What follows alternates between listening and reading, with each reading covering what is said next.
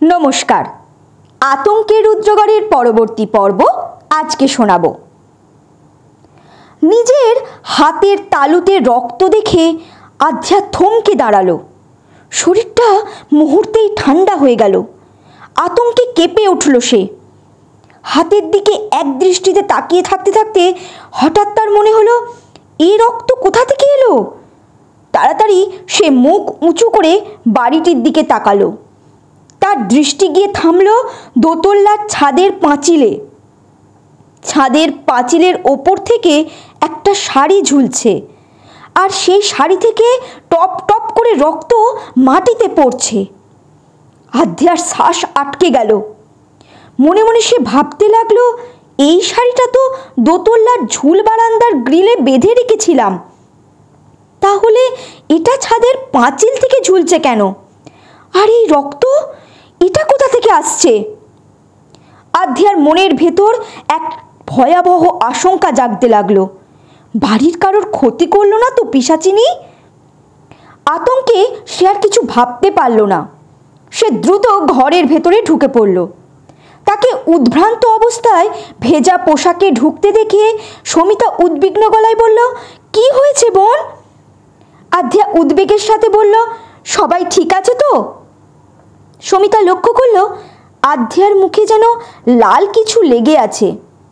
চিন্তিত গলায় সে জিজ্ঞাসা করল, আবার কি হলো?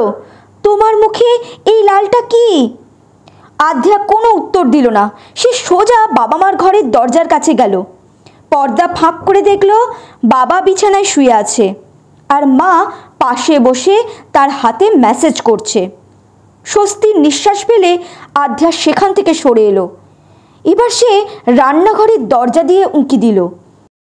দেখল মাসি রান্নায় ব্যস্ত। লাবণী তাকে সাহায্য করছে। আধ্যাকে ভেজা পোশাকে দেখে লাবণী ঘাবড়ে গেল। সকালের ভয়াবহ ঘটনাটি তাদের সবার মনে এখনো তাজা। লাবণী রান্নাঘর থেকে বেরিয়ে এসে বলল, কি হয়েছে আধ্যা? ভিজে অবস্থায় এখানে কেন এলি? বাথরুমে কোনো সমস্যা হয়েছে? আধ্যা মাথা নাড়িয়ে বলল, না, কলি কোথায়? লাবণী উত্তর দিল, ওর ঘরে আছে। এমন সময় কলি এগিয়ে এসে বলল, এই তো আমি। আধ্যা তৎক্ষণাৎ জিজ্ঞাসা করল, অনিল দা কি দোকান থেকে বাড়িতে এসেছে? সমিতা বলল, না, কেন? কিছু না বলেই আধ্যা দ্রুত সিঁড়ি বেয়ে ওপরে উঠতে লাগলো। আধ্যার এমন আচরণ দেখে সবাই আতঙ্কিত হয়ে পড়ল। কলি সিঁড়ি দিয়ে উঠতে যাচ্ছিল, কিন্তু লাবণী তাকে ধমক দিয়ে বলল, ঘরে যা। কলি মনমরা হয়ে দাঁড়িয়ে রইল। লাবণী আর দেরি না করে সিঁড়ি বেয়ে ওপরে উঠে গেল। আধ্যা ছাদে উঠে দেখল শাড়িটা ছাদের পাঁচিল থেকে নিচের দিকে ঝুলছে। শাড়িতে রক্ত জপজপ করছে। টপ টপ করে ফোঁটা ফোঁটা রক্ত নিচে মাটিতে পড়ছে। আধ্যার চোখ দুটো রক্তের উৎস খুঁজে ফিরছে, কিন্তু কিছুতেই কোনো সূত্র পাচ্ছে না। তবে আধ্যা নিশ্চিত এসব পিশাচিনেরই কাজ। আর কত ভয়ঙ্কর কাণ্ড ঘটাবে সে। এমন সময় লাবণী ছাদে এসে পৌঁছালো। আধ্যা তাকে দেখে আতঙ্কিত গলায় বলল, তুমি কেন এসেছো দিদি? নিচে যাও। লাবণীর চোখ গেল রক্তমাখা শাড়ির দিকে। দৃশ্যটা দেখে তার মুখ ফ্যাকাশে হয়ে গেল। সে ভয়ে কাঁপতে কাঁপতে বলল, এখানে থাকিস না, নিচে চল। কে এসব করছে জানিস তো? তবু এখন কেন এখানে এলি? ঠিক সেই মুহূর্তে লাবণীকে অদৃশ্য কোনো শক্তি টেনে নিয়ে ছাদের পাঁচিলের ওপর দিয়ে নিচে ফেলে দেওয়ার চেষ্টা করছে।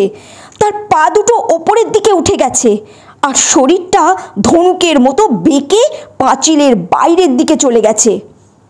ভয়ে লাবণী গোঙালো, কিন্তু মুখ দিয়ে কোনো শব্দ বেরোলো না। এদিকে লাবণীর গোঙানোর শব্দ শুনে আধ্যা সেদিকে তাকালো। দৃশ্যটি দেখে তার শরীর শিউরে উঠল। মুহূর্তের মধ্যেই সে দৌড়ে গিয়ে লাবণীর পা দুটোকে শক্ত করে ধরে নিচের দিকে টেনে দিল। ঠিক তখনই অদৃশ্য শক্তি লাবণীকে ছেড়ে দিল। লাবণী ভারসাম্য হারিয়ে আধ্যার গায়ে পড়ে গেল। দুজনেই তখন ছাদের মেঝেতে বসে কাঁপছে, যেন ভয় তাদের শরীর থেকে শক্তি শুষে নিচ্ছে। চারপাশের নিস্তব্ধতা তাদের ভয়কে আরও গভীর করে তুলল। বৃষ্টি শুরু হলো। পাঁচিলের ওপর দিয়ে ঝোলানো শাড়ির গায়ে লেগে থাকা রক্ত ধুয়ে যাচ্ছে বৃষ্টির জলে। আধ্যা চুপচাপ শাড়িটা হাতে তুলে নিয়ে বাড়ির পিছনের দিকে ছুঁড়ে ফেলে দিল। তারপর কোনো কথা না বলে দুজনেই সিঁড়ি দিয়ে নিচে নামতে শুরু করলো। আধ্যা দোতলার বাথরুমে ঢুকে গেল, আর লাবণী নীরবে নিচের তলায় নেমে গেল। বৃষ্টির শব্দের মাঝে তাদের মনোভাব যেন আরও ভারী হয়ে উঠল। বিপ্র আর দেবু রুদ্রগড়ের বাড়িগুলোতে গিয়ে খোঁজখবর নিয়ে দেখছে কোথায় কুয়ো আছে। তবে রুদ্রগড়ের সব বাড়িতে গিয়ে খোঁজ নেওয়া সম্ভব হয়নি। গুরুদেবের নির্দেশ মেনে তারা কয়েকটা মোটা দড়ি কিনে রাখল। তারপর সন্ধ্যার আগে শ্মশানে গিয়ে গুরুদেবের গোপন আস্তানায় প্রবেশ করল। সব কথা গুরুদেবকে জানালে তিনি বললেন, তোরা আজ রাতে শ্মশানে আসবি না, আমি একান্তে যজ্ঞ করব। রাত 11-12টার দিকে আধ্যার মাসির বাড়ির গেটের কাছাকাছি গিয়ে দাঁড়িয়ে থাকবি, আর গত রাতে আমি যা বলেছি ঠিক সেইভাবেই কাজ করবি। দেবু দ্বিধা প্রকাশ করে বলল, গুরুদেব, আমরা দুজনে যদি কুয়োতে নেমে হাড়ের তলোয়ারটা খুঁজি? আধ্যা মেয়ে মানুষ, সে জলে ভরা কুয়োর তলদেশে গিয়ে হয়তো ঠিকমতো তলোয়ারটি খুঁজে বের করতে পারবে না। তান্ত্রিক গম্ভীর সুরে ধমক দিয়ে বললেন, বলেছি তো ওই পারবে তলোয়ার খুঁজে বের করতে। ওকে বলিস রাতে তাড়াতাড়ি বেরিয়ে কাজ শুরু করতে, তাহলে খোঁজা তাড়াতাড়ি শেষ হবে। এবার যা। রাতে আধ্যা বাবা মার সঙ্গে শুতে চাইল না, এতে করে তার বাইরে বেরোতে দেরি হয়ে যাবে। বাবা মার চোখে যে ঘুম নেই, তাকে তাড়াতাড়ি তলোয়ার খুঁজে বের করতেই হবে। নন্দিনী তাকে একা শুতে দিতে নারাজ। আধ্যা মন খারাপ করে শুয়ে আছে। নন্দিনী তাকে জড়িয়ে ধরে শুয়ে রয়েছে। রাত বেড়ে যাচ্ছে। আধ্যা যেই উঠে যাওয়ার চেষ্টা করলো, নন্দিনী তাকে শক্ত করে জড়িয়ে ধরল। আধ্যা বাধ্য হয়ে বলল, বাথরুমে যাচ্ছি। নন্দিনী বাথরুমের দিকেই নজর রেখে বসে রইল। ফলে আধ্যা কিছুতেই বেরোতে পারল না। রাত 12টা বেজে গেছে। বিপ্র আর দেবু দড়ি নিয়ে বাইরে দাঁড়িয়ে বাগানবাড়ির গেটের দিকে নজর রেখে অপেক্ষা করছে কখন আধ্যা বেরোবে। আধ্যা বেরোচ্ছে না দেখে তারা উদ্বিগ্ন হয়ে পড়ল। তার উপর মশার কামড়ে বিরক্ত হয়ে যাচ্ছে দুজনেই। কিন্তু তবুও তারা অপেক্ষা করে রইল আধ্যার বেরোনোর আশায়।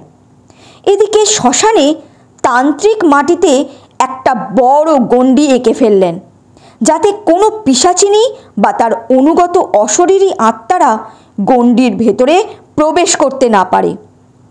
এরপর তিনি গণ্ডির ভেতরে বসে যজ্ঞের আয়োজন শুরু করলেন।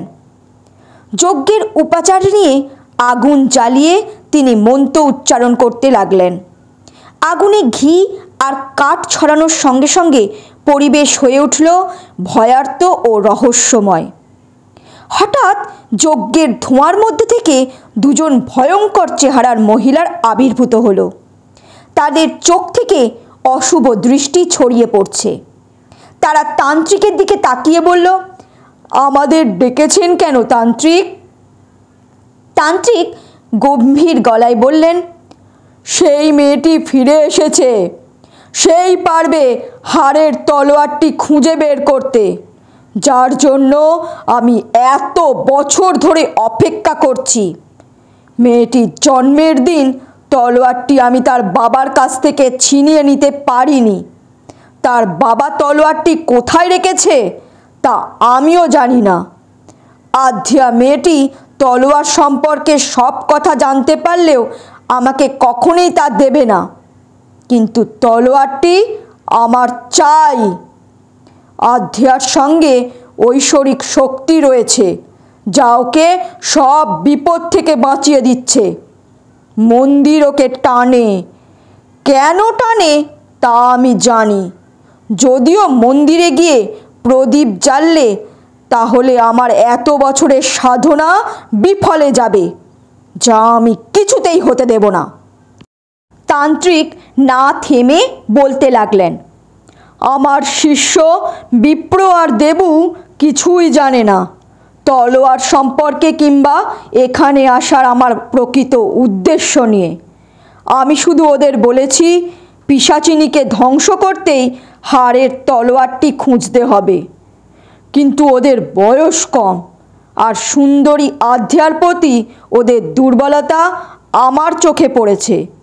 তলোয়ার খোঁজার কাজ বাদ দিয়ে ওরা হয়তো আধ্যার প্রতি বেশি মনোযোগী হয়ে পড়বে।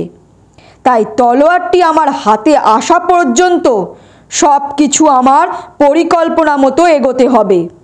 তলোয়ারটি একবার আমার কাছে এলে আমি তার অশুদ্ধি ঘটিয়ে এমন এক মন্ত্রপুত করব যার প্রভাবে আধ্যার সঙ্গে থাকা ঐশ্বরিক শক্তি সম্পূর্ণরূপে বিলুপ্ত হয়ে যাবে। কোনো শক্তি আর তাকে রক্ষা করতে পারবে না। এরপর পিশাচিনীকে ধ্বংস না করে তলোয়ারের বিশেষ ক্ষমতায় তাকে আমার গোলামে পরিণত করব। তলোয়ার পাওয়ার পাশাপাশি আমার আর একটা উদ্দেশ্য রয়েছে, তবে সেটা এখন প্রকাশ করব না। তলোয়ারটি হাতে পেলেই আমি সেই কাজটি সম্পন্ন করব, যার ফলে সমস্ত শক্তি আমার বশে চলে আসবে। আমি এক জায়গা থেকে সব কিছু দেখতে, জানতে আর নিয়ন্ত্রণ করতে পারবো। তোরা যদি আমার সহচর হয়ে থাকিস, যা চাইবি তাই দেব। এই বলে তান্ত্রিক এক অশুভ পৈশাচিক হাসি দিয়ে থেমে গেলেন। একটু থেমে তান্ত্রিক আবার বললেন, তোরা সব সময় আধ্যার সঙ্গে অদৃশ্য হয়ে থাকবি। পিশাচিনীর কাজে কোনো বাধা দিবি না। তবে যদি পিশাচিনী আধ্যাকে তলোয়ার খুঁজতে বাধা দেওয়ার চেষ্টা করে, সেই বাধা তক্ষুনি সরিয়ে দিবি। আধ্যা যদি তলোয়ারটি খুঁজে পায়, পিশাচিনী যেন কোনো ছলচাতুরির মাধ্যমে তার কাছ থেকে তলোয়ারটি কেড়ে নিতে না পারে, সেটাই লক্ষ্য করবি। আর সবচেয়ে গুরুত্বপূর্ণ, আধ্যা যেন কোনোভাবেই মন্দিরে প্রবেশ করতে না পারে। এই বিষয়ে তোদের সর্বদা নজর রাখতে হবে। প্রতিদিন ভোরে তোদের মধ্যে একজন এসে আধ্যার প্রতিদিনের কার্যকলাপের সব খবর আমাকে জানাবি। আধ্যা যেন রাতে ঘুমিয়ে না পড়ে, এটা নিশ্চিত করা তোদের দায়িত্ব। যদি সে ঘুমায়, সঙ্গে সঙ্গে তাকে জাগিয়ে তুলবি। রাতে আধ্যা যাতে দ্রুত তলোয়ার খুঁজতে বের হতে পারে, তার জন্য আশেপাশে যারা থাকবে তাদের ঘুম পাড়ানোর দায়িত্ব তোদের। তলোয়ারটি যত দ্রুত সম্ভব খুঁজে বের করার ব্যবস্থা করবি। তান্ত্রিক থেমে আবারও তার ঠোঁটের কোণে এক অশুভ হাসি ঝুলিয়ে তাকালেন। তান্ত্রিকের কথা শুনে ভয়ঙ্কর চেহারার মহিলা দুজন বলল, যথা আজ্ঞা। এই বলে তারা দুজন ধোঁয়ার মতো মিলিয়ে গেল। এই ভয়ঙ্কর চেহারার মহিলা দুজনের নাম হলো নীনা আর কলাবতী। তান্ত্রিক নীনা আর কলাবতীকে বশে আনতে শক্তিশালী তন্ত্রমন্ত্র ও যজ্ঞের ব্যবহার করেছেন। এরা শক্তিশালী অশরীরী আত্মা হলেও তান্ত্রিকের মন্ত্রের কারণে তার অধীনেই বাধ্য হয়ে থাকে। তান্ত্রিক তাদের দুর্বলতাগুলো জানে আর সেই দুর্বলতার সুযোগ নিয়ে তাদের তার কাজ করানোর জন্য বাধ্য করেন। অন্যদিকে নীনা আর কলাবতী তান্ত্রিকের সঙ্গে থাকে কারণ তাদের নিজের শক্তি ধরে রাখতে তান্ত্রিকের যজ্ঞ ও শক্তি প্রয়োজন। তান্ত্রিক তাদের প্রয়োজনীয় শক্তির উৎস সরবরাহ করে আর তাই তারা তাকে বিশ্বাস করে। তান্ত্রিকও তাদের শক্তিকে ব্যবহার করে নিজের ক্ষমতা বাড়ায় আর তাদের ভয়ঙ্কর রূপ এবং ক্ষমতা তার উদ্দেশ্য সফল করতে সাহায্য করে। এ সম্পর্কে পারস্পরিক প্রয়োজনীয়তার ওপরই ভিত্তি করে গড়ে উঠেছে, যদিও এটি একটা অন্ধকারের বিপজ্জনক বন্ধন। রাত ৩টে বেজে গেল। দেবু আর বিপ্র দাঁড়িয়ে থাকতে থাকতে বিরক্ত হয়ে উঠল। সন্ধেবেলায় বৃষ্টি হয়েছিল, তাই মশাও বেড়েছে। মশার কামড়ে তাদের হাত পা চুলকাতে চুলকাতে জ্বলে উঠছে। এরই মধ্যে ফিসফিস করে আবার বৃষ্টি শুরু হলো। দেবু গলাটাকে চাপা রেখে বলল, এখনো তো আধ্যা বেরোলো না, কি করবি, ফিরে যাব? বিপ্র খানিক বিরক্ত গলায় বলল, আর একটু থাকি, যদি এসে পড়ে। দেবু মুখ বাঁকিয়ে বলল, নির্ঘাত ঘুমিয়ে পড়েছে, তাছাড়া এখন এলে তো কোনো কাজই হবে না। বিপ্র হাল ছাড়তে নারাজ। যেটুকু পারে কাজ কিছুই এগোয়নি শুনলে গুরুদেব কিন্তু রেগে যাবেন। কিন্তু আধ্যা কেন আজ আসছে না সেটাই বুঝতে পারছি না।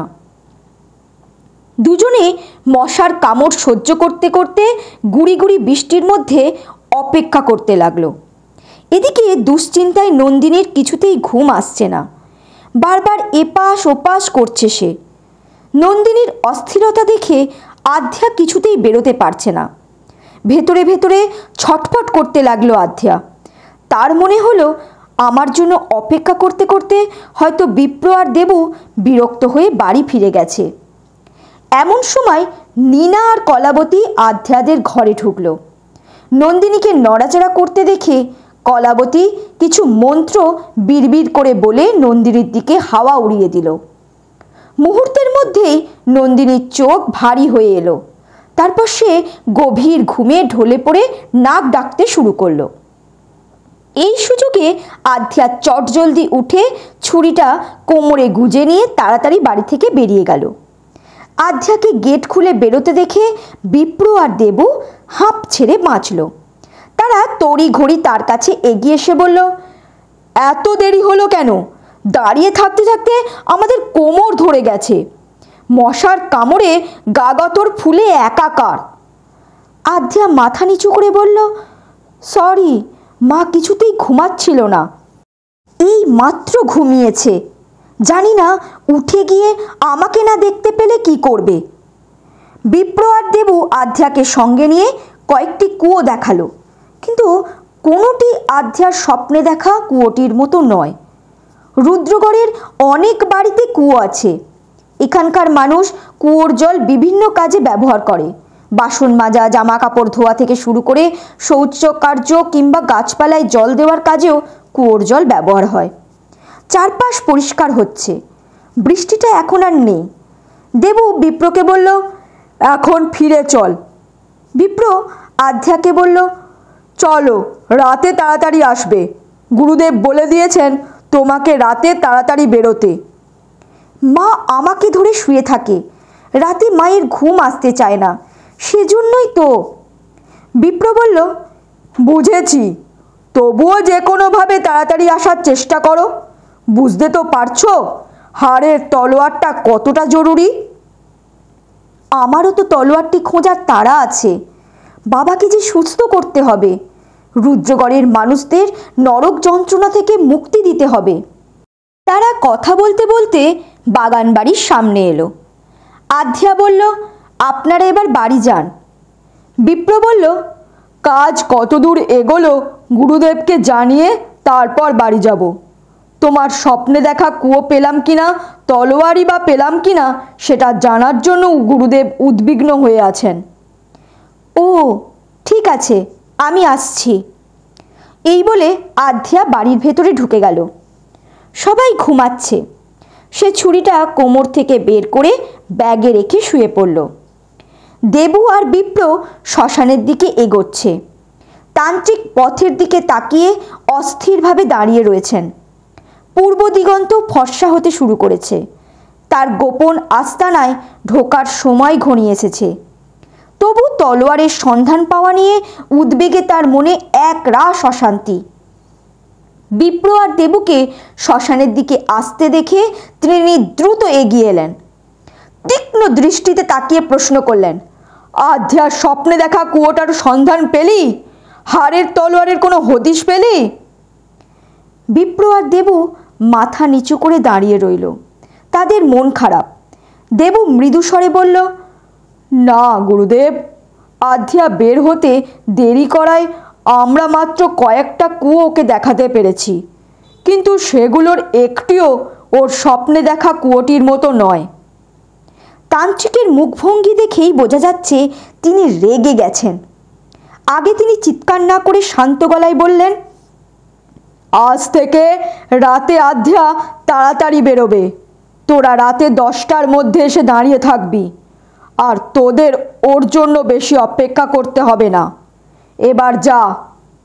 বিপ্র আর দেবু চুপচাপ ফিরে আসতে আসতে নিজেদের মধ্যে ফিসফিস করে বলল, গুরুদেব কিভাবে এতটা নিশ্চিত যে আজ রাত থেকে আধ্যা তাড়াতাড়ি বেরোবে? তিনি কি কিছু জানেন যা আমরা জানি না? এই প্রশ্ন তাদের মনে অস্বস্তি তৈরি করলো, কিন্তু উত্তর খুঁজে না পেয়ে তারা চুপচাপ ফিরে বাড়ির দিকে হাঁটতে লাগলো। আজ সারাদিন আধ্যার মাসির বাড়িতে কোনো অঘটন ঘটেনি। বাড়ির সবাই একটু হলেও স্বস্তি পেল। তবে মনের মধ্যে চিন্তার গভীর মেঘ কাটল না। কখন কি দুর্ঘটনা ঘটে যায় সেই আতঙ্ক কবে যে পিছু ছাড়বে সে কথা সবার অজানা। রাতের দিকে তাড়াতাড়ি খাওয়া দাওয়া সেরে সবাই নিজের ঘরে চলে গেল ঘুমানোর জন্য।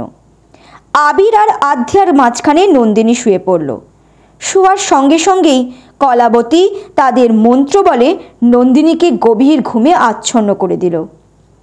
আধ্যা মাকে এত দ্রুত ঘুমিয়ে তলিয়ে যেতে দেখে কিছুটা অবাক হলো। সে ভাবল, মা তো সাধারণত শোয়ার সঙ্গে সঙ্গে এমন অচেতন হয়ে ঘুমায় না, কি হলো আজ? তবে পরক্ষণেই মনে হলো হয়তো এত দুশ্চিন্তার কারণে মায়ের শরীর খুব ক্লান্ত হয়ে পড়েছে, তাই ঘুমিয়ে পড়েছে। আধ্যা তাড়াতাড়ি উঠে কোমরে ছুরিটা গুজে বাইরে এলো। নীনা আর কলাবতী অদৃশ্য হয়ে তার সাথে আছে। চারপাশে শুনশান নীরবতা। আধ্যা এদিক ওদিক তাকিয়ে দেবু আর বিপ্রকে দেখতে পেল না। সে একা দাঁড়িয়ে তাদের আসার পথের দিকে তাকিয়ে রইল। কিছুক্ষণ পর দূরে দুজনকে আসতে দেখল। দেবু আর বিপ্র মোটা দড়ি নিয়ে আসছে। দূর থেকে আধ্যাকে দাঁড়িয়ে থাকতে দেখে বিপ্র আর দেবু অবাক হয়ে গেল। বিপ্র হাত ঘড়ির দিকে তাকিয়ে দেখল 10:30 বাজে। তারা দ্রুত পায়ে এগিয়ে এসে আধ্যার কাছে এসে দাঁড়ালো। বিপ্র জিজ্ঞাসা করল, কতক্ষণ ধরে এখানে দাঁড়িয়ে আছো? 10:30 বেজে গেছে। গুরুদেব বলেছিলেন আমাদের 10টায় এসে দাঁড়িয়ে থাকতে। এই দেবুটার জন্যই যত দেরি হলো। দেবু সঙ্গে সঙ্গে প্রতিবাদ করলো, আরে এত তাড়াতাড়ি যে আধ্যা বাড়ি থেকে বেরিয়ে পড়বে সেটা আমি বুঝতেই পারিনি। কাল দেখলি না কত দেরি করে এসেছিল। গুরুদেবের কথাই ঠিক ছিল। আধ্যা শান্ত গলায় বলল, আজ মা তাড়াতাড়ি ঘুমিয়ে পড়েছে, তাই বেরোতে কোনো অসুবিধা হয়নি। বিপ্র বলল, তাহলে আর দেরি কিসের? চলো দ্রুত যাই। আমরা সারাদিন ধরে রুদ্রগড়ের বাকি সব কুয়োগুলোর খবর নিয়েছি। তোমার স্বপ্নে দেখা কুয়োর সাথে কোনো না কোনো কুয়ো তো মিলবেই। আধ্যা মলিন মুখে বলল, আপনার কথা যেন মিলে যায়। দেবু আর বিপ্র রুদ্রগড়ের বাকি সব কুয়োগুলো দেখালো আধ্যাকে, কিন্তু কোনো কুয়োই আধ্যার স্বপ্নে দেখা কুয়োর সঙ্গে মিলল না। তিনজনই হতাশ হয়ে পড়ল। আধ্যা চিন্তিত গলায় বলল, কোথাও কোনো কুয়ো বাদ গেল না তো? বিপ্র মাথা নাড়িয়ে বলল, না, আমরা প্রতিটা বাড়ি গিয়ে ভালো করে জেনেছি তাদের বাড়িতে কোনো কুয়ো আছে কিনা। কেউ মিথ্যে কথা বলছে কিনা সেটাও পরখ করে দেখেছি। তাছাড়া এখানকার ছেলে আমরা, কোন বাড়িতে কি আছে বেশিরভাগই আমাদের জানা। ভুল হওয়ার কথা তো নয়। দেবু সম্মতি জানিয়ে বলল, তা ঠিকই। কিছুক্ষণ পর বিপ্র আবার বলল, গুরুদেব বলেছিলেন স্বপ্নের সঙ্গে কুয়ো না মিললেও প্রতিটা কুয়োতে নেমে দেখতে। দেবু বিরক্ত হয়ে বলল, কিন্তু এতগুলো কুয়োতে নামা তো অসম্ভব। আধ্যা দৃঢ় কণ্ঠে বলল, আমি নামব। যত দ্রুত সম্ভব তলোয়ার খুঁজে বের করতেই হবে। এর জন্য কোনো কুয়োই বাদ দেওয়া চলবে না। তারা একটা পুরনো কুয়োর কাছে গিয়ে দাঁড়ালো। রাত গভীর, চারপাশ নিস্তব্ধ। দেবু আর বিপ্র দড়ি ধরে তৈরি থাকলো। আধ্যা নামার প্রস্তুতি নিচ্ছে। তখনই বিপ্র পকেট থেকে একটি গগলস বের করে তাকে দিয়ে বলল, এটা পরে নাও, এটা তোমার চোখকে রক্ষা করবে আর বস্তুর ওপর ভালোভাবে ফোকাস করতেও সাহায্য করবে। আদ্যা গগলসটি পরে নিল। তারপর বিপ্র হাতে একটি ওয়াটারপ্রুফ টর্চ দিয়ে বলল, এটা কাজে লাগবে। টর্চটা কোমরে ছুরির পাশে গুজে নিয়ে আদ্যা ধীরে ধীরে দড়ি ধরে কুয়োর ভেতর নামতে শুরু করলো। কুয়োর দেওয়ালগুলি ভেজা আর শীতল। হঠাৎ করেই সে দেখতে পেল দেওয়ালের গা ঘেঁষে কিছু ছায়ামূর্তি নড়াচড়া করছে। সেগুলোর আকার বিকৃত, কেউ লম্বা হাত বাড়িয়ে আছে, কারোর কুঁজো পিঠ, আবার কারোর গভীর ফাঁকা চোখ। মূর্তিগুলো হাত বাড়িয়ে যেন আদ্যাকে ধরতে চাইছে। আদ্যা ভয় পেল না। তার মনের একমাত্র লক্ষ্য হাড়ের তলোয়ার খুঁজে পাওয়া। ধীরে ধীরে সে কুয়োর জলের কাছে পৌঁছল। তারপর এক গভীর শ্বাস নিয়ে ডুব দিল। জলের নিচে সে দেখতে পেল ভয়ঙ্কর রক্তের মতো লাল জল। তার মনে পড়ল স্বপ্নেও সে জলে এমন রক্ত দেখেছিল। সে ভাবল, তাহলে কি তলোয়ার এই কুয়োতেই আছে? তার মনে আশা জাগল।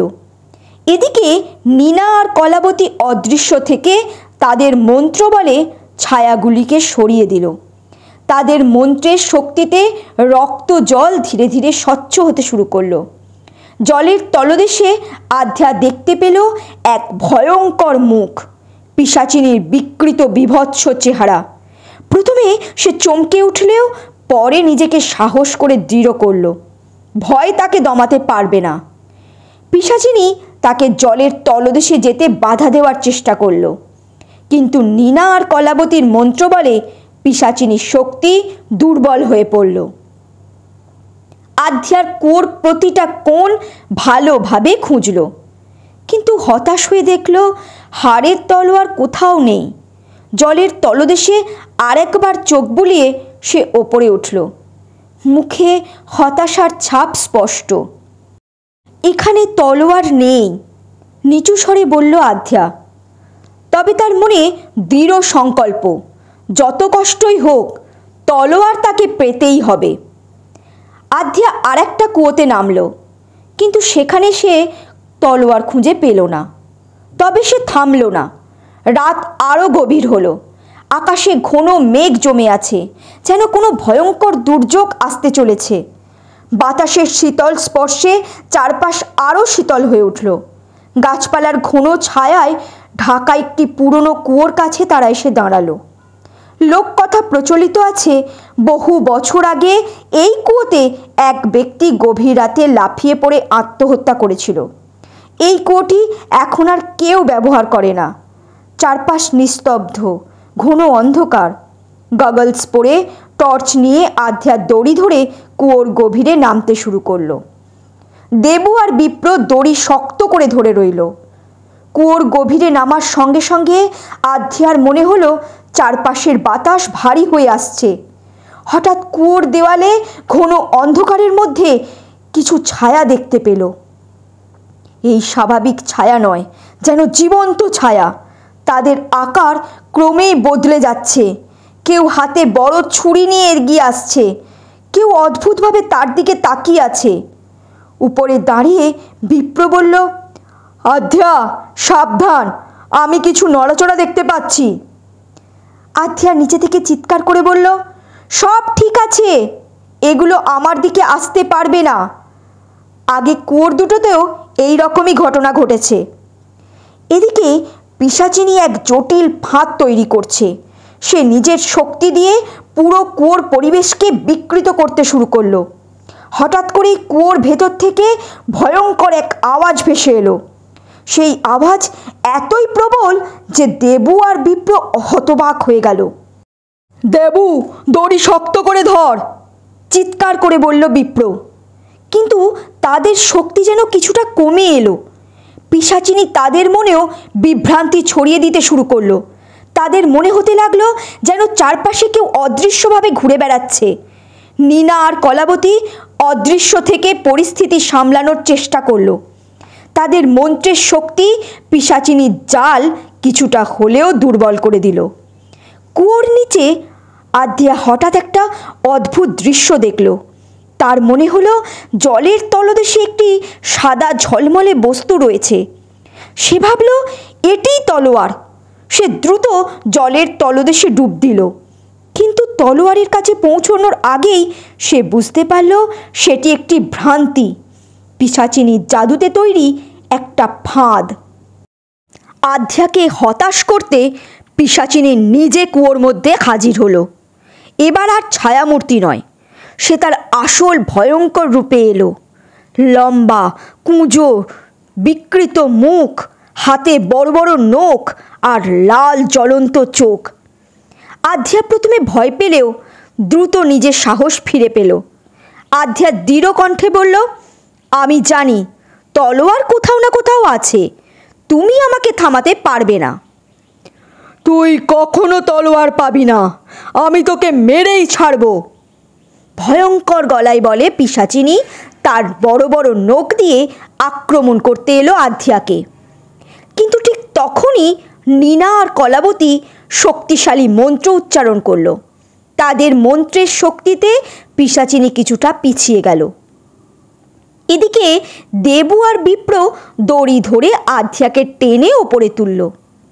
আধ্যা কুয়োর মুখে উঠে এলে পিশাচিনী ক্রুদ্ধভাবে চিৎকার করে উঠল। তার ভয়ঙ্কর আওয়াজে কুয়োর চারপাশ কেঁপে উঠল। এখানেও তলোয়ার নেই, হতাশ কণ্ঠে বলল আধ্যা। বিপ্র বলল, তবে কি গুরুদেব ভুল বলেছিলেন? আধ্যা দৃঢ় গলায় বলল, না, গুরুদেব ভুল বলেননি, আমার স্বপ্ন মিথ্যে হতে পারে না। 4 দিন ধরে প্রতি রাতে আধ্যা একের পর এক কুয়োয় নেমে খুঁজেও হাড়ের তলোয়ার কোনো সন্ধান পেল না। এদিকে তান্ত্রিক ক্রমেই অস্থির হয়ে উঠেছেন। তার ধৈর্যের বাঁধ ভেঙে যাচ্ছে আর রাগের সমস্ত তীর গিয়ে পড়ছে দেবু আর বিপ্রর ওপর। তার বিশ্বাস রুদ্রগড়েই তলোয়ারটা লুকোনো আছে আর কোনো এক কুয়োর গভীরে তা রয়েছে। কিন্তু দেবু আর বিপ্র আধ্যাকে দিয়ে যথাযথভাবে খুঁজিয়ে তলোয়ারটি বের করতে পারছে না, এমনটাই মনে করছেন তান্ত্রিক। ভোরে দেবু আর বিপ্র শ্মশানে গিয়ে তান্ত্রিককে রাতের খবর জানালো। তলোয়ার না পাওয়ার হতাশায় তান্ত্রিক দেবু আর বিপ্রকে প্রচণ্ড ভৎসনা করল। নীনা আর তান্ত্রিককে আধ্যার সব খবর জানাতে এসে অদৃশ্য অবস্থায় তাদের কথোপকথন শুনল। দেবু আর বিপ্র শ্মশান থেকে চলে যাওয়ার পর নীনা দৃশ্যমান হয়ে তান্ত্রিককে বোঝানোর চেষ্টা করল যে আধ্যা, দেবু আর বিপ্রের কোনো ত্রুটি নেই, কারণ তারা আপনার আসল উদ্দেশ্য জানে না। তারা কেবল এটুকু জানে যে হাড়ের তলোয়ার দিয়ে পিশাচিনীকে ধ্বংস করা সম্ভব, আর সেই জন্যই তারা রাত জেগে আধ্যাকে তলোয়ার খুঁজতে সাহায্য করছে। পিশাচিনীকে দ্রুত ধ্বংস করার তাগিদেই তারা এত পরিশ্রম করছে। নীনার উপরও তান্ত্রিক ক্রোধান্বিত হয়ে বললেন, তোদের কাজটাও ভালোভাবে কর, এখন যা।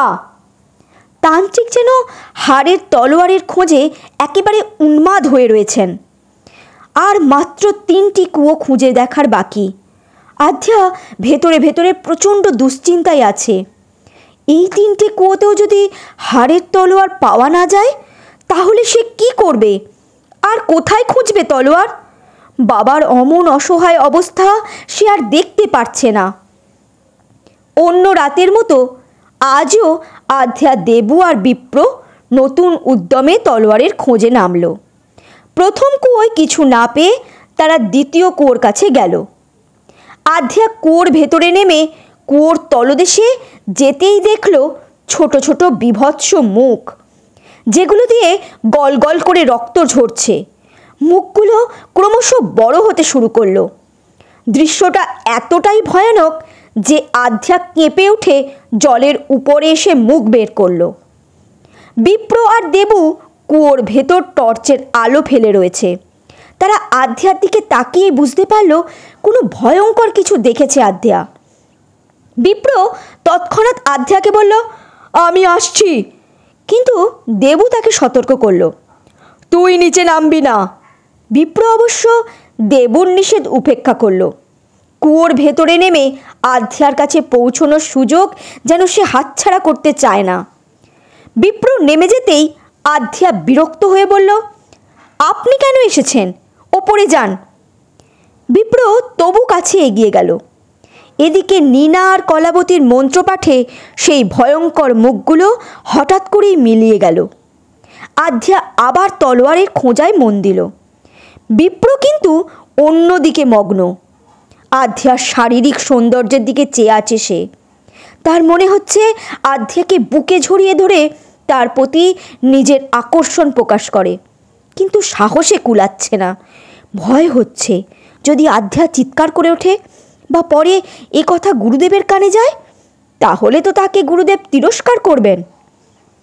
এদিকে দেবু চিন্তায় পড়ে গেল। সে ভাবল, বিপ্র কোনো খারাপ উদ্দেশ্য নিয়ে আধ্যার কাছে গেল না তো? বিপ্র আধ্যার গায়ের কাছে এলো। সে সাহস করে আধ্যাকে জড়িয়ে ধরতে যাবে, এমন সময় দেবু হঠাৎ বলে উঠল, উঠে আয় তুই, ওখানে তুই থাকলে ও ভালো করে খুঁজতে পারবে না। দেবুর কথায় আধ্যাও সায় দিল। সে বলল, উনি ঠিক বলছেন, আপনি ওপরে যান।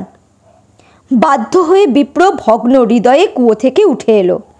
সে বুঝল আধ্যার প্রতি তার আকর্ষণ প্রকাশের কোনো সুযোগই এখানে নেই। আধ্যা এ কুয়োটিতেও তলোয়ার পেল না।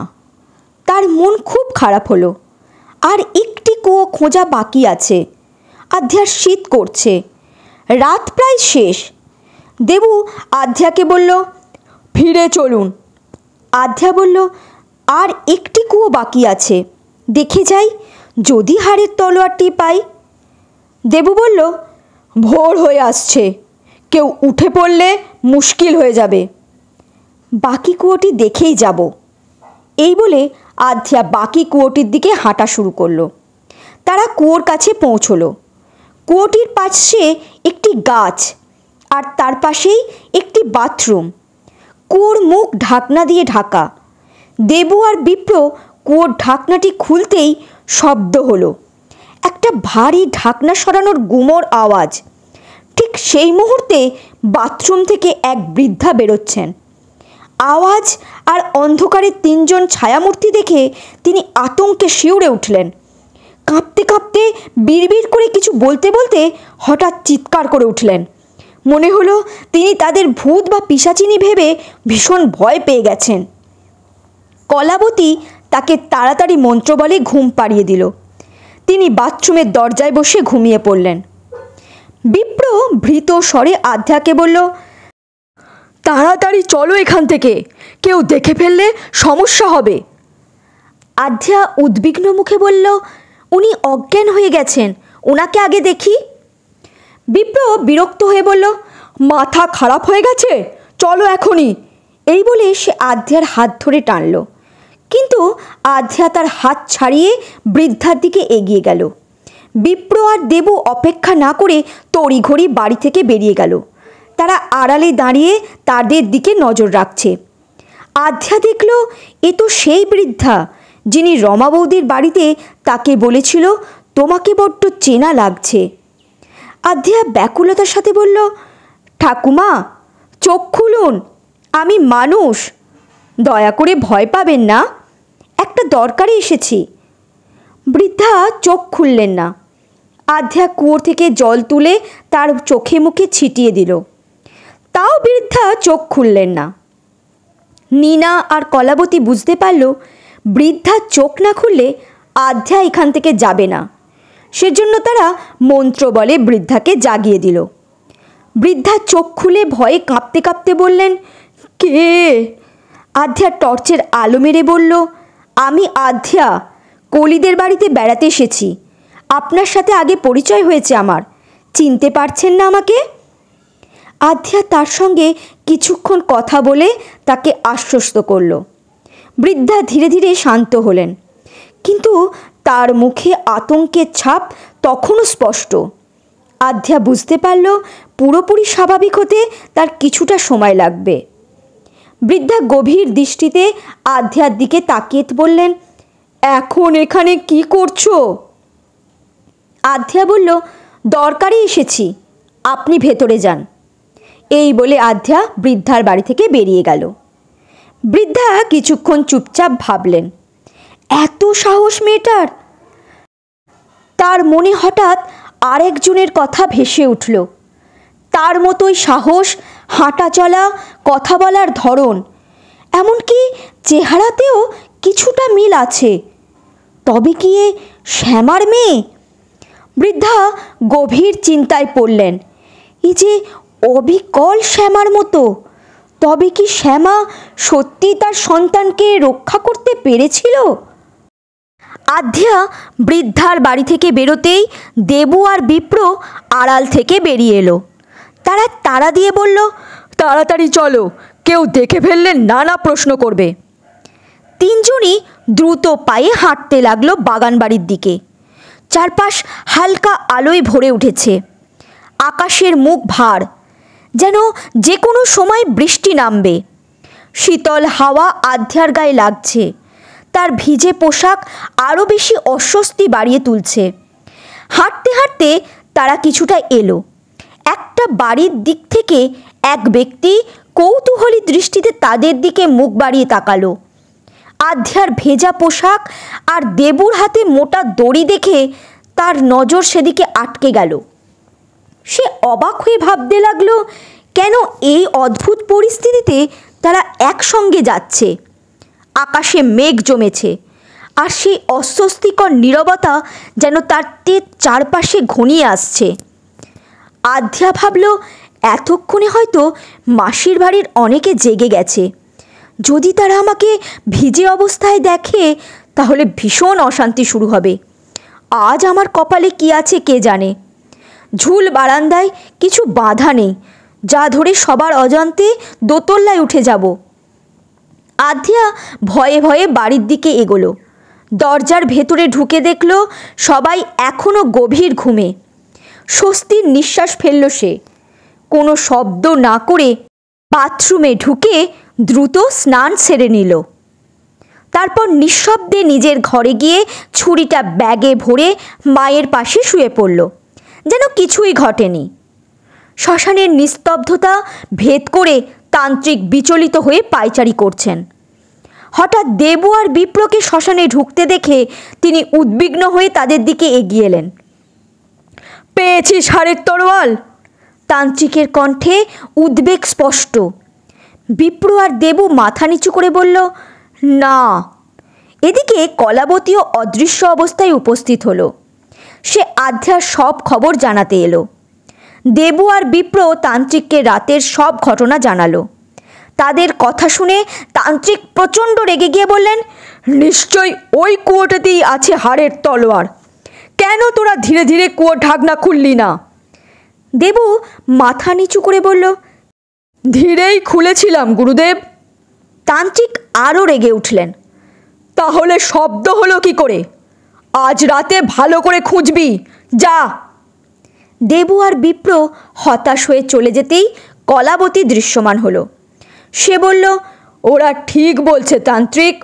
তান্ত্রিক গম্ভীর স্বরে জিজ্ঞেস করলেন, তুই আর নীনা কি করছিলি আধ্যার সঙ্গে থেকে? কেন বৃদ্ধাকে আগে থাকতেই ঘুম পাড়িয়ে দিলি না? কলাবতী একটু কুণ্ঠিত স্বরে বলল, বৃদ্ধা বাথরুমে ছিলেন, সেটা আমরা খেয়াল করিনি।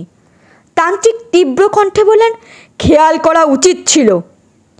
ভুল হয়ে গেছে তান্ত্রিক। এই বলে কলাবতী মাথা নত করল। তান্ত্রিক গম্ভীরভাবে বললেন, যা, আর যেন ভুল না হয়। কলাবতী মাথা নেড়ে অদৃশ্য হয়ে গেল। সকাল 9টা বাজে। আধ্যা এখনও ঘুমিয়ে আছে। সে একটা কাঁথা গায়ে দিয়ে জড়সড় হয়ে শুয়ে আছে। নন্দিনী তার গায়ে হাত দিয়ে দেখল গাটা বেশ গরম। সে বিচলিত হয়ে বলল, আধ্যা, ওঠ মা। আধ্যা চোখ মেলল। চোখ দুটো তার ছলছল করছে। নন্দিনী বলল, তোর গাটা গরম, জ্বর এসেছে মনে হচ্ছে। দাঁড়া, থার্মোমিটার নিয়ে আসি। আধ্যা বলল, থার্মোমিটার লাগবে না মা, তুমি বসো। আবির কেমন একটা করে তাকাচ্ছে। আধ্যা নন্দিনী বুঝতে পারল আধ্যার জ্বর এসেছে বলে তিনি বিচলিত হচ্ছেন। আধ্যা বাবার কাছে গিয়ে বলল, আমি ঠিক আছি বাবা, একটু ঠান্ডা লেগেছে, তাই গাটা একটু গরম হয়েছে। নন্দিনী ঘর থেকে বেরিয়ে গেল।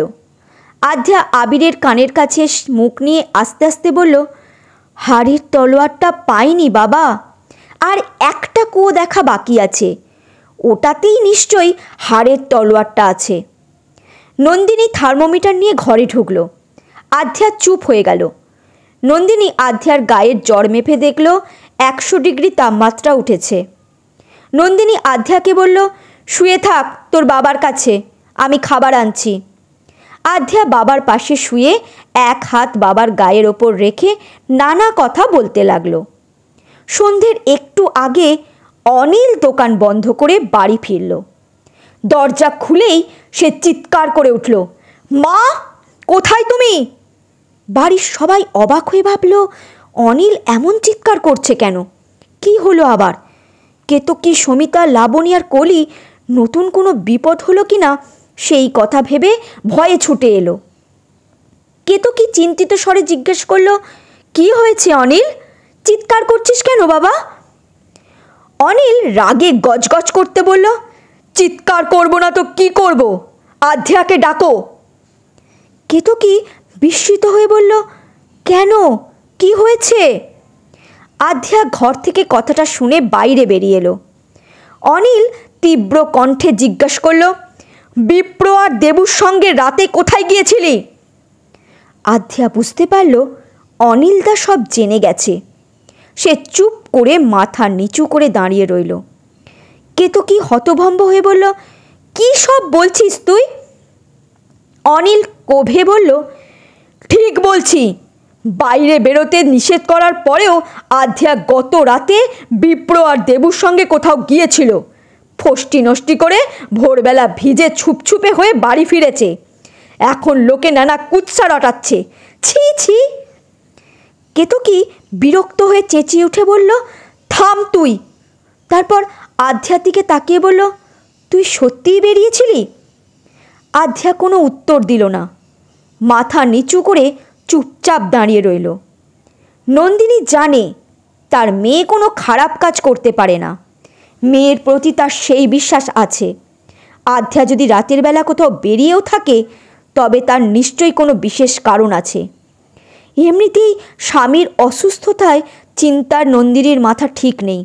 তার ওপর অনিল আধ্যার সম্পর্কে এমন বাজে কথা বলছে দেখে তার রাগে মাথা গরম হয়ে উঠল। নন্দিনী ধমকের সুরে আধ্যাকে বলল, সত্যি তুই রাতের বেলা বেরিয়েছিলি? আধ্যা এবারও চুপ করে রইল, মাথা নিচু করে। এদিকে কলি জানে কেন আধ্যা রাতে বেরিয়েছিল, কিন্তু সে কিছু বলতে পারছে না, কারণ আধ্যা তাকে স্পষ্টভাবে বলে দিয়েছিল কাউকে কিছু বলবি না। অনিল আবার হঠাৎ বলে উঠল, ও কিছুই বলবে না মাসি। রাতের বেলা শ্মশানে গিয়ে ভিজে ছুপছুপে হয়ে আসে, এমন মেয়ে আমি জীবনে দেখিনি। ও যা বলেছে সব মিথ্যে। মন্দির ওকে টানে না ছাই। ওকে আমাদের বাড়ি থেকে চলে যেতে বলো। নন্দিনী আধ্যার নীরবতা দেখে বুঝতে পারল আধ্যা বেরিয়েছিল। সে রাগে দুঃখে বলল, বাড়ি থেকে বেরোতে বারণ করা সত্ত্বেও যখন বেরিয়েছিলি তখন ঘরে ঢুকলি কেন? চলে যা, আমাদের একটু শান্তিতে থাকতে দে। কথাগুলো বলে নন্দিনী কেঁদে উঠল। অনিল নন্দিনীকে বলল, যতই ভালো শিক্ষা দাও ও কিছু শিখবে না। ওর রক্তই ওকে দিয়ে সব করাচ্ছে। কোন অজাত কুজাতের মেয়েকে ঘরে এনে ঠাঁই দিয়েছ, তার ফল এখন পাচ্ছ। অনিলের কথা শুনে আধ্যার পায়ের তলার মাটি যেন মুহূর্তের মধ্যে সরে গেল। সে কাঁপা গলায় বলল, মুখ সামলে কথা বলো দাদা, কি বলছো এসব? ঠিকই বলছি, এক্ষুনি বেরিয়ে যা আমাদের বাড়ি থেকে। অনিল জেদি গলায় কথাটা বলল। নন্দিনী আর সহ্য করতে পারল না। সে ফুপিয়ে কেঁদে উঠে অনিলকে বলল, চুপ কর, আধ্যা আমার মেয়ে। এই বলে নন্দিনী আধ্যার হাত টেনে ধরল আর তাকে ঘরে নিয়ে যাওয়ার চেষ্টা করল। আধ্যা তাকে সরিয়ে দিল। অনিলের এমন কথাতে সমিতাদের খারাপ লাগছে। কেতকী অনিলকে ধমকের সুরে বলল, চুপ কর, আর অশান্তি বাড়াস না। কেতকী অনিলকে টেনে ঘরে নিয়ে গেল। আধ্যার চোখের জল আটকাতে না পেরে কাঁপা গলায় বলল, আমি কি সত্যি তোমাদের মেয়ে নই মা? নন্দিনী আধ্যাকে শক্ত করে বুকে ঝরিয়ে ধরল, কাঁদতে কাঁদতে বলল, তুই আমার মেয়ে, আমি তোর মা। আধ্যা আর একবার জিজ্ঞাসা করল, সত্যি বলো, আমি কি তোমার পেটে জন্মাইনি মা? নন্দিনী কিচ্ছু বলল না, শুধু চুপচাপ দাঁড়িয়ে কাঁদতে লাগলো। তার চোখের জল যেন সমস্ত উত্তর দিয়ে দিল। আজকে শুনলেন আতঙ্কের রুদ্রগড়ের 32 পর্ব থেকে 36 পর্ব। পরবর্তী পর্ব খুব শীঘ্রই চলে আসবে। ধন্যবাদ।